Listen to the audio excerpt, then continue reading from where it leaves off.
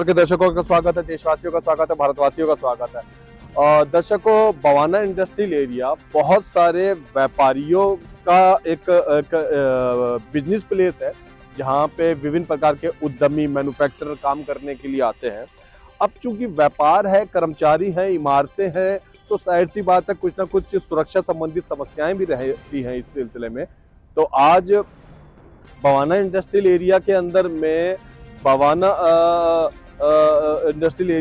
में आज श्री प्रकाश चंद जैन, जो बवाना की सबसे बड़ी व्यापारिक एसोसिएशन के चेयरमैन है, और राज जैन जी, दोनों ने मिलके और साथ में अन्य सभी व्यापारी संगठनों, व्यापारी भाइयों ने मिलकर आज डीसीपी साहब का स्वागत किया है। डीसीपी साहब को बुलाया गया है, अभिनंदन किया गया उनका। साथ में बवाना इंडस्ट्रियल एरिया में व्यापारियों की क्या समस्याएं हैं, इससे भी उन्हें अवगत करवाया। एक भव्य और बहुत अच्छा प्रोग्राम हुआ। डीसीपी साहब और अन्य पुलिस अधिकारी गण भी इस कार्यक्रम से बड़े प्रसन्नचित हुए। उनके संज्ञान में भी काफी सारी बातें आई और उन्होंने काफी सारा आश्वासन दिया व्यापारियों को, उनकी सुरक्षा के लिए, उनको आजादी से काम करने का माहौल देने के लिए। आइए इसी विषय में हम आपको एक प्रोग्राम दिखाते हैं।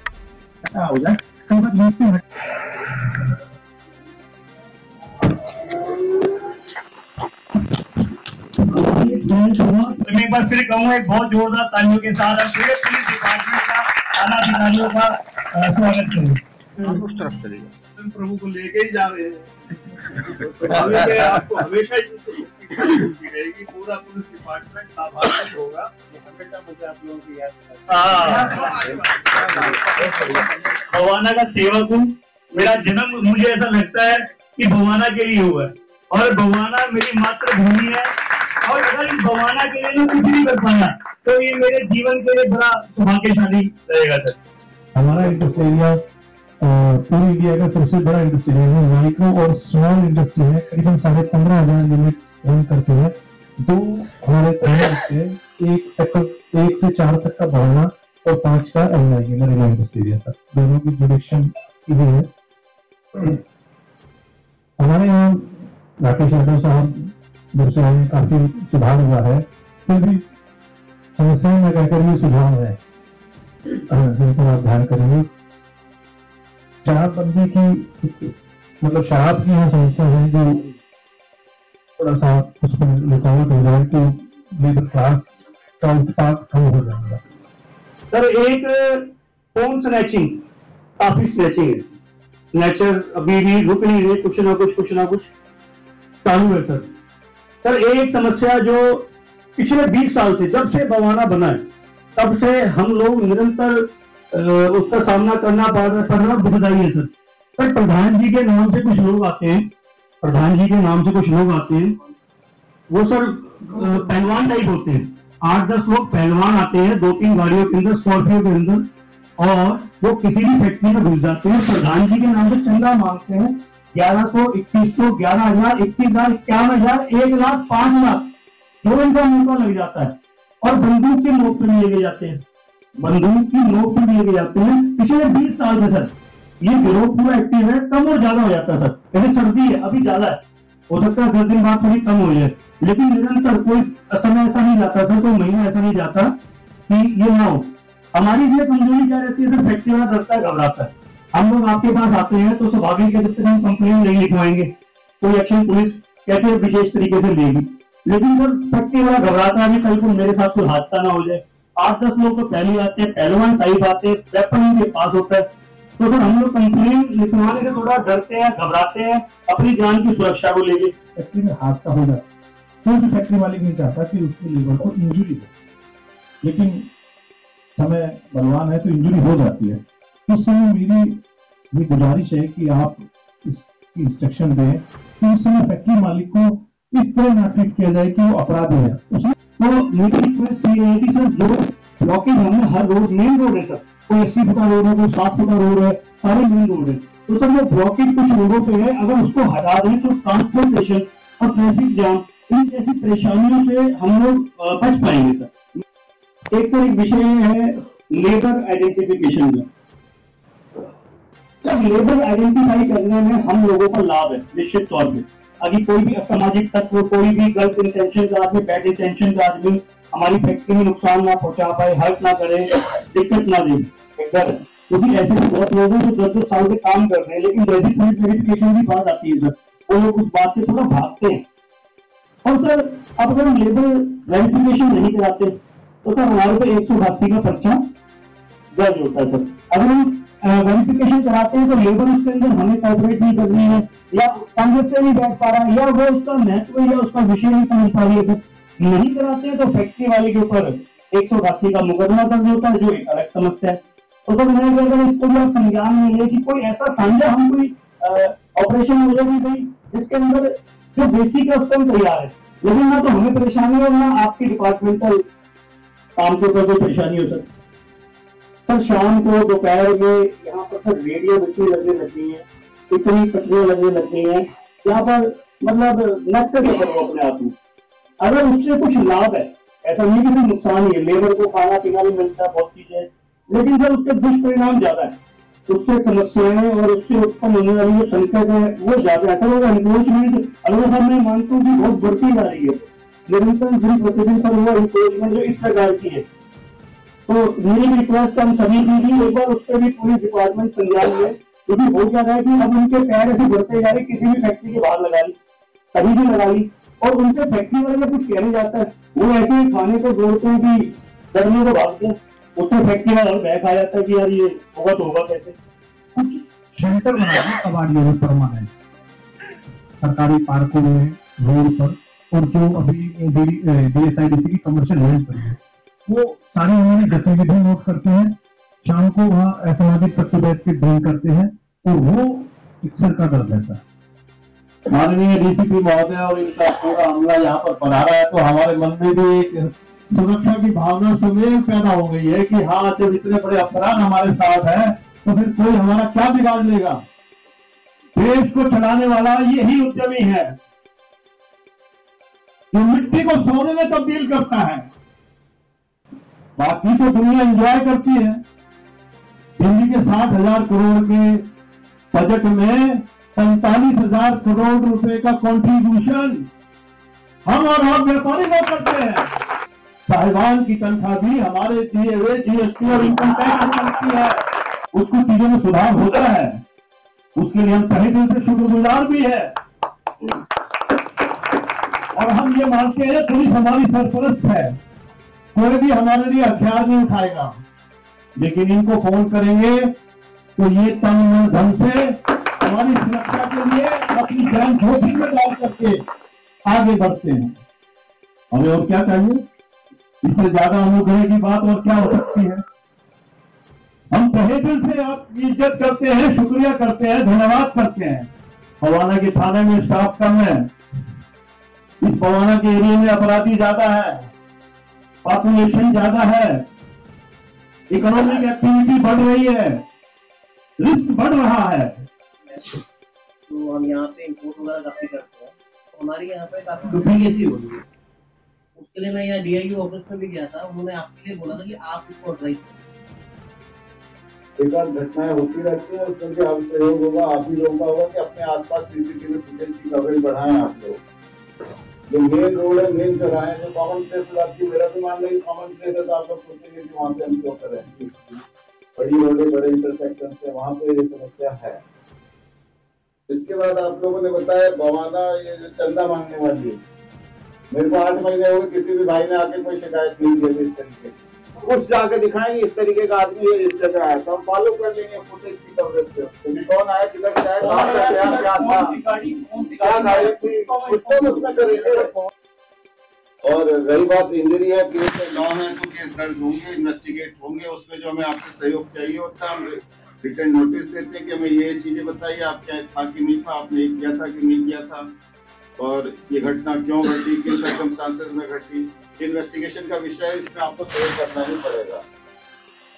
Labour identification, verification, surveillance verification ये जारी रहेगी, इस पे कोई कॉम्प्रोमाइज हम नहीं कर सकते। देश के सुरक्षा में इसका बहुत बड़ा ब्रीच हो जाता है अगर हम ये नहीं करते हैं। एनक्रोचमेंट जो सड़क के किनारे, इसमें हमारी रेगुलर ड्राइव चलती रहती है, आपकी जानकारी के लिए एनजीटी के साथ जब रेगुलर ड्राइव करते हैं उसकी इंटरव्यू देते हैं। हालांकि एनफोर्समेंट में हमारा टोल पुलिस का नहीं है, इसलिए उनके सहयोग में और सत्याधिक कार्रवाइयाँ करते रहते हैं। ट्रैफिक पुलिस का जो है इंटरफेरेंस बता रहे हैं आप लोग, इंडस्ट्रियल एरिया के सर्कल होता है, जब जानबूझ करने को नहीं को बता देते। आपको लेबर जा रही है, लड़के बड़ों की आवाज मार के मारने की करते हैं आजकल ये पेट्रोलियम बढ़ानी पड़ेगी आपको, ये बहुत ज्यादा हो गया। रात को 8 बजे 7 आपने डार्क स्पॉट आइडेंटिफाई किया तो हमारी नहर में नहीं नोट कर लेगा हम पीएसआईडी की भाई आप मोबिलिटी लगा दीजिए, वहाँ पर लेबरों की मूवमेंट होती है और वहाँ इंजीनियर के लिए काम करते हैं, उसमें आप अपना लिख दीजिए कि है अगर वो नहीं करते तो आप लगवा देंगे तो आपकी लेबर जितना वेलफेयर आपका अच्छा नहीं चिमनी चोर होते हैं आपके नाले तो उसका मेरा किलो का 8 साल में पानी जब आपकी फैक्ट्री बंद होती होगी उस दौरान ये समस्या रहती है। उस समय चौकीदार छोड़िए फैक्ट्री अगर आप सब अगर रेडी हो तो हम ऐसे कैंप चला देते हैं, आप लोग अपनी लेबर वहाँ भेज दीजिएगा, एक ही पॉइंट पे एक ही जगह पे सबका आइडेंटिफिकेशन हो जाएगा और फॉर्म पे पड़ जाएंगे। भवाना का आना क्रिमिनल जजा कॉलोनी भवाना से आपको सबको पता है, आपकी लेबर भी वहां से आनी है और मैक्सिमम क्रिमिनल भी वहां से आना है।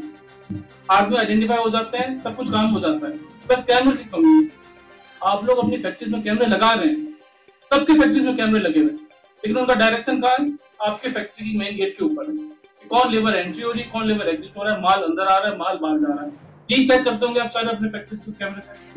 हल्का सा भी उसका डायरेक्शन हल्का सा गेट के साथ साथ थोड़ा ऊपर हो जाए, आप भी समझिए आपके मेन जो प्रॉब्लम्स है, फैक्ट्री में चोरी होना, एक फैक्ट्री में चोरी हो रही है, उसके बगल वाले फैक्ट्री का कैमरे को चेक नहीं कर पा रहा।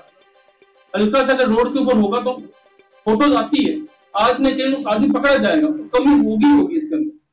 जो आपके कैमरे लगे उनमें आप नया कैमरा भी ना लगाओ तो जो की डायरेक्शन थोड़ी सी चेंज करो। एक आप लोगों से रिक्वेस्ट ही समझ लीजिए, देखिए आपका पूरा फैक्ट्री एरिया ये रेसिडेंशियल एरिया नहीं है, फिर भी आप लोग अपने लेबर्स को रखते हो, टॉप फ्लोर पर आप सब अपने आपके लेबर्स रहते हैं, बहुत बार फैमिली के साथ रह रहे होते हैं, बहुत बार लड़के अकेले रह रहे होते हैं। कई बार ये होता है कि जो फैमिली के साथ रह रहे हैं उनकी लड़कियां या कुछ लड़के भाग जाते हैं आपस में। पूरी दिल्ली का अगर हम क्राइम रिकॉर्ड देखें तो भवाना की इंडस्ट्रियल एरिया के ऊपर एक नेगेटिव इमेज बन रहा है। इतनी लड़कियां भागती है, बाद में वो शादी कर लेते हैं या कुछ उनको हो जाता है, लड़की माइनर होती है। क्राइम अगेंस्ट वुमेन के अंदर जो हमारे ग्राफ्स बनते हैं पूरी दिल्ली में, थोड़ा भवाना इसका थोड़ा नेगेटिव इमेज आता है। आप एक बार अपने लेबर्स को बता दीजिएगा, थोड़ा सेंसिटाइज कर दीजिएगा, उनके अपने बच्चों को, स्पेशली जो यंग अडल्ट हैं, जो भी होने वाले हैं 16-18 साल की जो लड़कियां लड़के, उनके ऊपर थोड़ी नजर रखें। We are really grateful and आप सब लोगों के लिए, ताकि आप लोगों से मिलने की इच्छा मेरी उस दिन से थी जब मैंने ज्वाइन किया, पता चला कि यहाँ पे इतनी सारी फैक्ट्री, यहाँ इतने सारे लोगों को यहाँ पे काम दिया जाता है। उसके लिए भी मैं आप सब लोगों का धन्यवाद करता हूँ कि आपने इतने सारे लोगों को यहाँ रोजगार दिया हुआ है जिनका घर आप लोगों की वजह से चलता है। तो वो सारे लोग भी, और आई एम श्योर कि एज ए पुलिस स्टेशन मैं भी इस चीज का शुक्रिया अदा करता हूँ, शुक्रगुजार हूँ।